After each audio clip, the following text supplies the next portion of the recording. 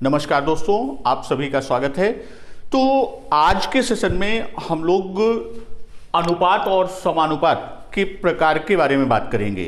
इसके पूर्व हम लोगों ने मैथ्स के अंतर्गत अनुपात क्या है, समानुपात क्या है और उसके संबंध में विभिन्न तथ्यों पर विस्तार से चर्चा कर लिया है।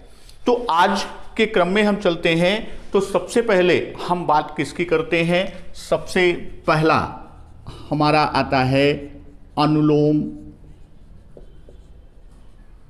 अनुपात। तो अनुलोम अनुपात है क्या? अनुलोम में जब दो राशियां एक दूसरे से इस प्रकार संबंधित हों कि एक का मान घटाने पर दूसरे का मान भी घटता है और एक का मान बढ़ाने पर दूसरे का मान भी बढ़ता है। तो अर्थात दो राशियां इस प्रकार संबंधित हों, दो राशियां में जो संबंध है वह संबंध इस प्रकार हो कि एक राशि का मान, यदि हम एक राशि का मान हम घटाएं तो क्या होगा? दूसरी राशि के मान में भी क्या होगा? के मान में भी घटने का क्रम चलेगा। तो यहां दूसरी तरफ ये इस तरह से समझ सकते हैं कि किसी एक राशि, जो दो राशि हैं, एक राशि का मान बढ़ने पर दूसरी राशि का मान भी क्या होता है? वह भी बढ़ता है। तो वहां उस अनुपात में यदि हम कहें तो इस प्रकार के अनुपात को अनुलोम अनुपात कहते हैं। जैसे हम एक उदाहरण लेते हैं कि दूरी बराबर चाल गुणे समय। तो यहां हम ये देखते हैं कि यदि हम चाल और समय में से मान लीजिए समय को हम स्थिर कर देते हैं, इसका मान स्थिर कर लेते हैं, तो यदि चाल का मान क्या होगा? कम होगा, तो दूरी का मान भी क्या होगा? कम होगा। यदि चाल के मान को हम बढ़ा दें, उसको अधिक कर दें, तो दूरी का मान भी क्या होगा? दूरी का मान भी अधिक हो जाएगा। तो इस तरह जब दो राशियों में इस प्रकार के संबंध हो कि एक के मान घटने या बढ़ने पर दूसरे का भी मान घटता या बढ़ता हो, तो वहां अनुलोम अनुपात होता है। इसके बाद दूसरे प्रकार की बात करते हैं। तो दूसरा प्रकार है आपका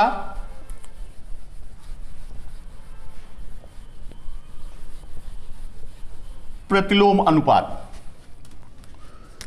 दूसरा प्रकार प्रतिलोम अनुपात। प्रतिलोम अनुपात में क्या होता है कि दो राशियों में इस प्रकार का संबंध हो कि एक को बढ़ाने पर दूसरी घटे या एक को घटाने पर दूसरी बढ़े, तो दोनों में क्या होगा? दोनों में प्रतिलोम अनुपात होगा। जैसे वहां पर हमने बात किया था, तो इसमें जब हम करते हैं कि जो दो राशि है, दो राशियां, इन राशियों में जो संबंध होगा वह संबंध इस प्रकार होगा कि अगर पहली राशि यानी एक राशि और दूसरी राशि, इसका मान यदि हम क्या करेंगे? इसका मान घटाने पर इसमें क्या होगा? दूसरी राशि का मान बढ़ेगा। वहीं एक राशि का मान बढ़ाने पर दूसरी राशि का मान क्या होगा? दूसरी राशि का मान घटेगा। उस स्थिति में हम कहेंगे कि इनके मध्य क्या है, या यह अनुपात कैसा अनुपात है? तो यह अनुपात आपका प्रतिलोम अनुपात कहा जाएगा। उसी तरह हम तीसरे अनुपात की बात करते हैं तो तीसरा अनुपात जो है वह है आपका, जिसे हम कहेंगे क्या, वह है संयोजित अनुपात।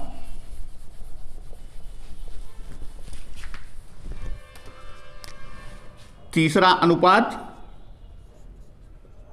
संयोजित अनुपात।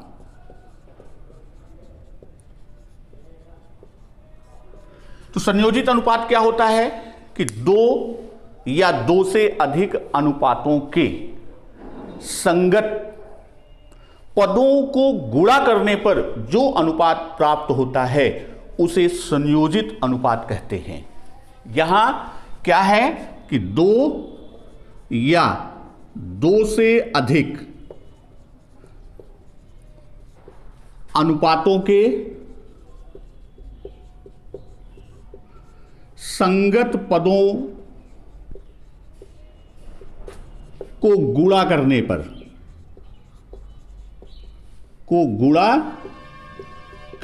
पर जो अनुपात प्राप्त होगा वह क्या होगा, वह संगत अनुपात होगा। जैसे हम इसमें समझ सकते हैं कि मान लीजिए दो अनुपात हमारे पास क्या है, A अनुपाते B व C अनुपाते D। ये दो अनुपात हमारे पास हैं, ये पहला अनुपात और ये दूसरा अनुपात। और कहता क्या है कि दो या दो से अधिक, ये अधिक भी तीसरा अनुपात चौथा भी हो सकता है। तो यहां हम दो से उदाहरण ले रहे हैं कि इनके संगत पदों को गुणा करने पर, और इन दोनों अनुपातों में संगत पद कौन है, A और C, ये क्या है, ये संगत पद हैं, और B और D क्या है, ये संगत हैं। तो इनका हम गुणा करते हैं। जैसे अब यहां इसको हम इस रूप में लिख सकते हैं कि A बटे B गुणे C बटे D, अर्थात ये क्या हो जाएगा, यह हो जाएगा AC बटे BD, अर्थात इसी को हम लिख सकते हैं AC अनुपाते BD। और ये क्या है, यह A अनुपाते B व C अनुपाते D का क्या है, का संगत अनुपात है। इसका संगत अनुपात क्या हो गया, AC अनुपाते BD। ये हमारा क्या है, ये संयोजित अनुपात है। संगत ये हमने क्या किया, संगत कर दिया, और उससे जो अनुपात मिला वह क्या कहलाया, वह संयोजित अनुपात कहलाया। तो यहां जैसे हमने बताया कि A, B और C, D दो अनुपात हैं, तो इनके संगत पदों को, तो यहां यह जानना जरूरी कि संगत पद तो A, B में और C, D में A और C संगत हैं, B और D संगत हैं। इसके बाद हम अगले प्रकार में चलते हैं।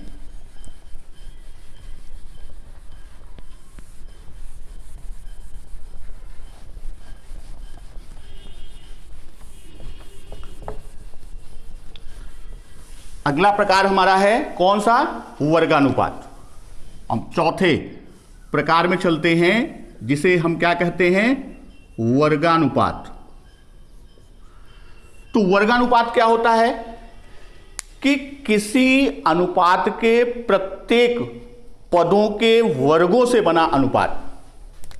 वर्गानुपात क्या है, किसी अनुपात के प्रत्येक पदों के वर्गों से बना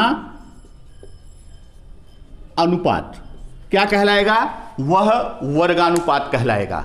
जैसे उदाहरण के तौर पर मान लीजिए अनुपात A अनुपाते B है, तो इसको हम लिख सकते हैं A बटे B, और कहता है कि प्रत्येक पदों के वर्गों से बना अनुपात, तो A बटे B इसका वर्गानुपात की बात करेंगे तो ये हो जाएगा A स्क्वायर बटे B स्क्वायर, और इसको हम लिख सकते हैं ए स्क्वायर अनुपाते बी स्क्वायर। तो ए और बी का वर्गानुपात क्या हुआ? ए स्क्वायर अनुपाते बी स्क्वायर। तो ये हमारा वर्गानुपात है। जैसे हम उदाहरण ले लें, यहां 2:3 का वर्गानुपात क्या होगा? इसका वर्गानुपात यानी 2 का वर्ग अनुपाते 3 का वर्ग, अर्थात 2 का वर्ग 4 और 3 का वर्ग 9। तो 4:9 जो है वह 2:3 का वर्गानुपात है। इसके बाद हम बात करते हैं वर्गानुपात के बाद घनानुपात।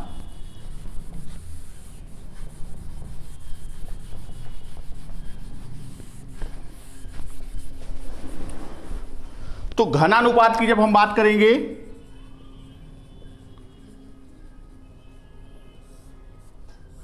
तो नाम से ही क्लियर है, घन अनुपात, या इसी को हम क्या कहते हैं? इसी को तिहरा अनुपात भी कहते हैं। तो तिहरा अनुपात या घनानुपात क्या है कि किसी अनुपात का घन, सामान्य अर्थ में हम बात करें किसी अनुपात का घन, तो इसको किस तरह से हम शाब्दिक रूप दे सकते हैं कि किसी अनुपात के प्रत्येक पदों के घनों से बना अनुपात। घनानुपात क्या है? किसी अनुपात के प्रत्येक पदों के घनों से बना अनुपात। तो यहां उदाहरण हम इस तरह से ले सकते हैं कि जैसे हमारा क्या है, ए अनुपाते बी का घनानुपात या तिहरा अनुपात की जब हम बात करेंगे तो यह क्या हो जाएगा? यह हो जाएगा ए क्यूब अनुपाते बी क्यूब, यानी 3 बार उसका हम क्या करेंगे? आपस में गुणा कर देंगे, हम घन के रूप में प्राप्त करेंगे। इसको इस तरह से भी हम लिख सकते हैं कि ए बटे बी गुणे ए बटे बी गुणे ए बटे बी बराबर ए क्यूब बटे बी क्यूब, और ये क्या हो जाएगा? ये ए क्यूब अनुपाते बी क्यूब। अब उदाहरण जैसे मान लीजिए 2:3 का घनानुपात क्या होगा? इसका घनानुपात 2 की पावर 3 अनुपाते 3 की पावर 3। तो 2 की पावर 3, 2 को 3 बार गुणा करेंगे तो इसका मान कितना जाएगा? 8, और 3 को 3 बार गुणा करेंगे तो इसका मान आएगा 27। तो अर्थात 2:3 का घनानुपात क्या है? 8:27।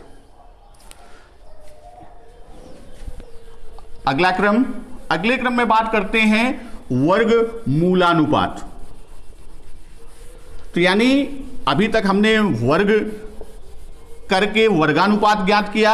अब वर्ग मूलानुपात जो है वह जब प्रत्येक पद, अगला जो है वो क्या है? वर्ग मूलानुपात। तो वर्ग मूलानुपात क्या करते हैं कि प्रत्येक पद के वर्गमूलों के अनुपात को वर्ग मूलानुपात कहते हैं। कोई भी अनुपात है उसके प्रत्येक पद के वर्गमूल से बना अनुपात क्या कहलाएगा? यह वर्ग मूलानुपात कहलाएगा। जैसे हम बात करें कि 4:9 का वर्ग मूलानुपात क्या होगा? इसका वर्ग मूलानुपात क्या हो जाएगा? इसका वर्गमूल अर्थात √4/√9। तो ये क्या हो गया? 2:3। ए अनुपाते बी का वर्गमूलानुपात अगर निकालना होगा तो √A अनुपाते √B। इस तरह से इसको हम समझ सकते हैं। उसी तरह हमारा क्या आता है, एक प्रकार है घन मूलानुपात। तो घन मूलानुपात में क्या होता है, इसमें भी अनुपात के, कोई भी अनुपात है उसके प्रत्येक पद के घनमूल, प्रत्येक पद के घनमूल से बना अनुपात क्या कहलाएगा, वह घन मूलानुपात कहलाएगा। यहां अब जैसे मान लीजिए हमारा A अनुपात B है, तो इसका घन मूलानुपात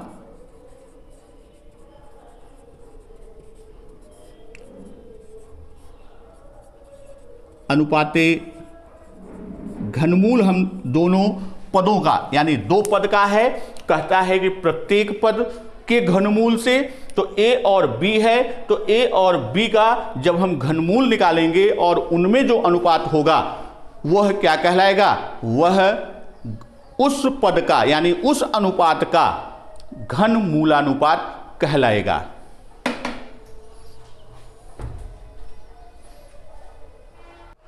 तो इसके आगे हम लोग चलते हैं, बात करते हैं समानुपाती और मध्यानुपाती। इस पर बहुत प्रश्न आता है। समानुपाती और मध्यानुपाती। तो यदि ऐसी तीन संख्याएं हों, यदि ऐसी तीन संख्याएं हों,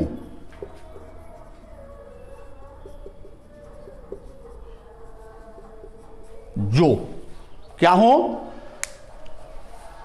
प्रथम का दूसरी से वही अनुपात हो जो दूसरी का तीसरी से हो, तो ये क्या होगा, यहां इस तरह से इसको हम परिभाषित करें कि जिनमें प्रथम का दूसरी से वही अनुपात हो जो दूसरी का तीसरी से हो, दूसरी का तीसरी से हो। तो यहां हमने क्या लिया है, तीन संख्याएं। तो तीन संख्याएं जिनमें पहली का यानी प्रथम संख्या का दूसरी से वही अनुपात हो जो दूसरी का तीसरी से हो, तो ऐसा अनुपात क्या कहलाएगा, ऐसा अनुपात क्रमशः अनुपात कहलाता है। ऐसा अनुपात क्या कहलाएगा, ऐसा अनुपात क्रमशः अनुपात कहलाता है। जैसे हम एग्जाम्पल लेते हैं, तो उसमें हम तीन संख्याओं को ले रहे हैं, 9 अनुपाते 6 अनुपाते 4। तो इसे अगर हम समानुपातिक रूप में लिखेंगे, इन तीन संख्याओं को समानुपातिक रूप से लिखने पर यह संख्याएं 9, 6, 4 को हम इस प्रकार से लिखेंगे कि 9 अनुपाते 6 समानुपाते 6 अनुपाते 4। ये समानुपातिक रूप में उन तीन संख्याओं को जिन्हें हम क्या कहते हैं, क्रमशः अनुपात कहते हैं। अब यहां जो समानुपातिक रूप हमारे सामने आया है 9 अनुपाते 6 समानुपाते 6 अनुपाते 4, तो इसमें 4 क्या है, इसमें 4 जो है वो तृतीयानुपाती है। इसमें 4 क्या है, 4 तृतीयानुपाती है। और वही हम बात किसकी करते हैं, 6 की, तो 6 क्या है, 6 यहां पर मध्यानुपाती है।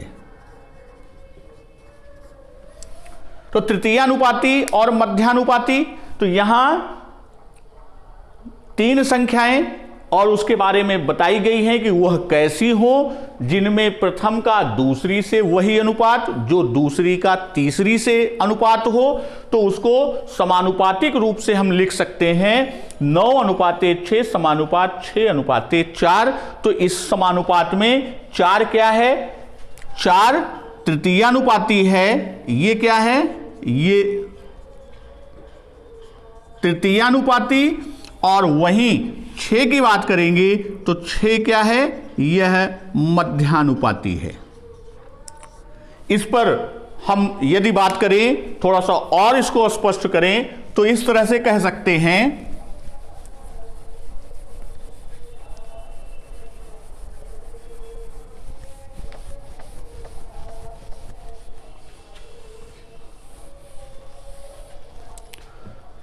यदि 2 संख्याएं देकर, अब देखिए इस पर किस तरह के प्रश्न आपको मिल सकते हैं कि यदि 2 संख्याएं देकर तृतीयानुपात पूछा जाए, कंडीशन जो बताई गई है वह क्या है कि यदि 2 संख्याएं दी गई हो और क्या पूछा जाए, तृतीयानुपात पूछा जाए, तो हम कैसे करेंगे। तो यहां क्या होगा, यहां जब तृतीयानुपात पूछा जाएगा तो जो दूसरी संख्या होगी, 2 संख्याओं में क्या होगी, जो दूसरी संख्या, उसे हम क्या करेंगे, उस दूसरी संख्या को 2 बार मान लें। दूसरी संख्या को क्या माने, 2 बार। अब इस कंडीशन पर हम प्रश्न रखते हैं कि यदि 2 संख्याएं क्या हैं, 15 व 20, 2 संख्याएं क्या हैं, 15 व 20 का तृतीयानुपाती ज्ञात करें। 15 व 20 का तृतीयानुपाती ज्ञात करें। तो 15 और 20 के तृतीयानुपाती को जब हम करेंगे तो इसका अर्थ क्या होगा, अगर तृतीयानुपाती की बात करते हैं तो इसको किस प्रकार हम समानुपात में लिखेंगे। 20 को क्या करना है, 20 को 2 बार लिखा है ना, दूसरी संख्या को 2 बार। कैसे लिखेंगे, पहली संख्या, पहला क्या है 15 अनुपाते 20 समानुपाते 20 अनुपाते x। मान लिया तृतीयानुपाती को वह क्या है, संख्या तीसरी, वह x है। अब यहां हम समानुपात में पढ़ चुके हैं कि जो बाह्य पदों का गुणनफल है वह मध्य पदों के गुणनफल के बराबर होता है। तो उसी आधार पर यहां आप लिख लीजिए बाह्य पदों का गुणनफल 15 गुणे x बराबर 20 गुणे 20। तो x बराबर क्या हो जाएगा, 20 गुणे 20 बटे 15। अब इसको आप सरल कर लीजिए, तो यहां 5 से कटेगा 3 और 4, तो ये क्या हो गया 80 बटे 3 अर्थात 26 सही 2 बटे 3, ये आपका तृतीयानुपाती है। अब इसी तरह का प्रश्न आपका एक और बनता है,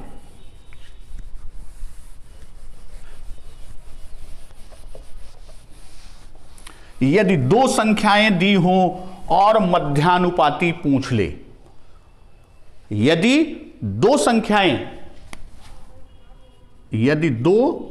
संख्याएं दी हों और क्या पूछे, आपसे मध्यानुपाती को पूछे, तो इसमें हम क्या करते हैं, तो इसमें मध्यानुपाती की जब हम बात करेंगे तो यहां मध्यानुपाती ज्ञात करने के लिए तीसरी संख्या जो है वह बीच की संख्या है, और बीच की संख्या को हम क्या करते हैं, दूसरी संख्या को 2 बार लेते हैं। तो यहां अब 2 संख्याएं दी हैं, एक प्रथम है और एक तीसरी है। पहली और तीसरी मध्य की संख्या यानी मध्यानुपाती को पूछ रहा है, और वहां क्रमशः में हमने देखा था कि वह दूसरी संख्या को 2 बार लिखते हैं। तो यहां प्रश्न, जैसे हम एक प्रश्न लेते हैं कि 3 और 75 का मध्यानुपाती क्या होगा। हमने संख्याएं लिया क्या, 3 व 75 का मध्यानुपाती क्या होगा। तो इसके लिए हम किस तरह से लिख सकते हैं, 3 अनुपाते x समानुपाते x अनुपाते 75। क्योंकि ये क्या है, ये मध्यानुपाती है। अब मध्य पदों का गुणनफल बराबर बाह्य पदों का गुणनफल, तो ये क्या हो जाएगा, 3 गुणे 75 बराबर x गुणे x। तो क्या हो गया, एक्स स्क्वायर बराबर, इसको आप गुणा करेंगे तो ये आएगा 225। तो x का मान क्या हो जाएगा, 225 का आप वर्गमूल निकालेंगे और आपका मान कितना आएगा, x का मान 15। यानी मध्यानुपाती क्या है, मध्यानुपाती 15 है। तो इस तरह हमारे सामने प्रश्न आपको 2 संख्याएं देकर तृतीयानुपात या 2 संख्याएं देकर मध्यानुपात पूछ सकता है। उसी तरह एक प्रश्न और आपका बनता है, चतुर्थानुपाती का प्रश्न आता है कि किस तरह चतुर्थानुपाती ज्ञात करेंगे। अगले खंड की बात करते हैं, चतुर्थानुपाती।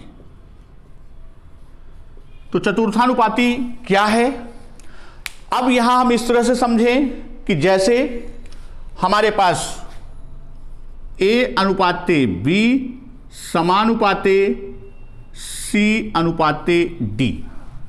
तो यहां पर क्या है, यहां d क्या है, वह a b व c का चतुर्थानुपाती है।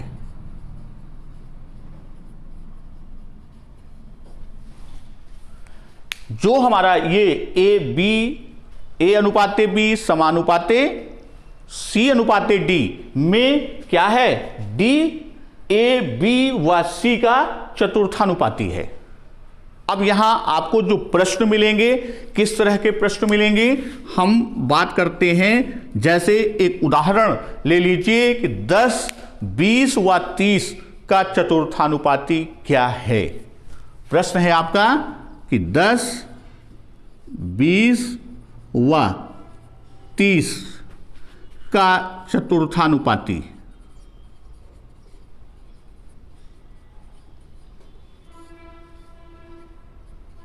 क्या। तो अब इसको इसी रूप में आप रख लेंगे कि जो प्रथम 3 संख्याएं हैं 10, 20 व 30 और चतुर्थानुपाती को हम क्या मान लेते हैं कि चौथी संख्या क्या है, x है। तो इसको उसी क्रम में हम लिख लेते हैं जैसे आपका लिखा हुआ है, 10 अनुपाते 20 समानुपाते 30 अनुपाते x।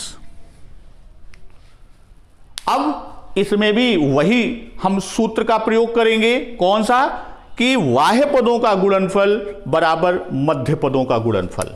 इसमें जो सूत्र लगता है, समानुपात में काफी चर्चा हुई थी, बाह्य पदों का गुणनफल बराबर मध्य पदों का गुणनफल।